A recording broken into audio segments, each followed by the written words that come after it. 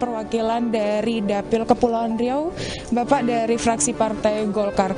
Tadi Bapak menekankan jika di 2021 adalah waktunya Kementerian Perhubungan untuk memperbaiki perekonomian setelah 2020 semua kendala terkait COVID terjadi ya Bapak, dan Bapak juga meminta untuk Kementerian Perhubungan lebih memaksimalkan aset dari Kemenhub yang selama ini masih terbengkalai dan belum optimal. Dan untuk hal tersebut Bapak, bagaimana penekanan yang harus dilakukan dari Kementerian Perhubungan sendiri? Ya, saya kira kan ini secara umum adalah amanah undang-undang di dalam anggaran APBN, bahwa undang-undang itu mengisyaratkan setiap infrastruktur apapun yang dibangun, dikembangkan oleh kementerian lembaga harus dapat memberikan trickle down effect, ya, pengaruh ekonomi ke masyarakat yang lebih baik. Nah, dari hasil kunjungan kita di berbagai provinsi masih banyak infrastruktur yang dibangun oleh Kementerian Perhubungan yang belum teroptimalisasi fungsinya, baik itu pelabuhan, kemudian bandara.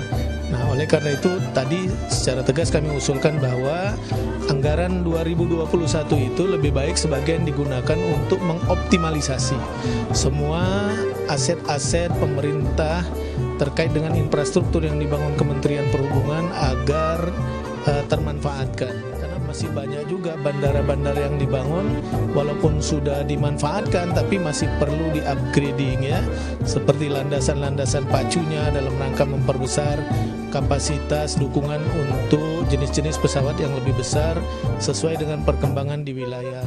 Sejalan dengan keinginan kita semua untuk membangun daya saing SDM kita yang kompetitif, tapi tidak hanya berorientasi kepada inward looking, tapi juga outward looking, bagaimana mereka nanti outputnya bisa memanfaatkan tidak hanya pasar kerja domestik, tapi pasar kerja di luar negeri. Maka kita minta kiranya sebagai mitra kita, mereka juga selalu berkoordinasi bersama kita agar supaya pendidikan itu tidak dilaksanakan asal-asalan, akan tetapi tepat sasaran dan terukur hasilnya.